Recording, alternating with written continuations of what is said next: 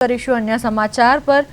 જૂનાગઢમાં pre monsoon કામગીરીને લઈને શહેર કોંગ્રેસ સમિતિના આક્રમક મૂડમાં જોવા મળી છે। કોંગ્રેસના આગેવાનોએ મ્યુનિસિપલ કમિશનરને આવેદનપત્ર આપી ચોમાસા પહેલા તમામ કામગીરી પૂર્ણ કરવાની માંગ કરી છે। કોંગ્રેસે તંત્રને 6 દિવસનું અલ્ટિમેટમ આપતા જણાવ્યું છે કે ખોદાયેલા રસ્તાઓનું તાત્કાલિક રિપેરિંગ કરવામાં આવે અને મેટલ નાખીને રોલિંગ કરવામાં આવે।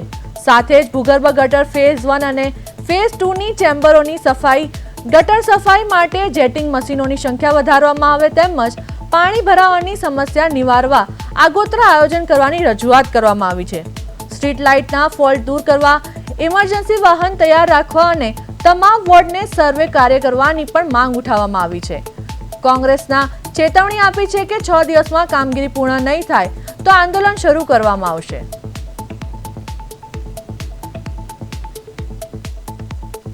હું હેમાબેન રૂપારેલિયા, જૂનાગઢ શહેર મહિલા કોંગ્રેસ પ્રમુખ। આજે અમે જનતાને જે પ્રશ્ન છે, મેઇન પ્રશ્ન કે પ્રી મોન્સૂનની કામગીરી, એના માટે આજે અમે 19 મુદ્દા લઈને આવ્યા હતા કમિશનર સાહેબ સાથે। ત્યારે કમિશનર સાહેબ મિટિંગમાં હતા તો પણ અમારી વાત સાંભળી અને અમને ખાતરી આપી કે હવે બધું થઈ જશે।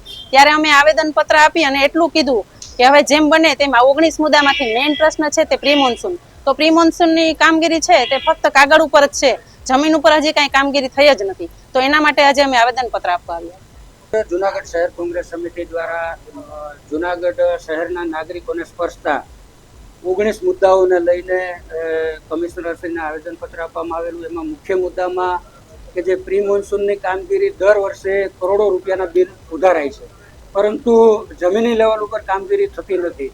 આ કામગીરી 100% થાય અને લોકોને ચોમાસામાં પાણી ભરાવાના કે કોઈ વોકડાના પાણી સોસાયટીમાં ન ઘૂસે, આવા 19 મુદ્દાઓને લઈ અને આજે કમિશનરશ્રીને આવેદનપત્ર આપવામાં આવ્યું।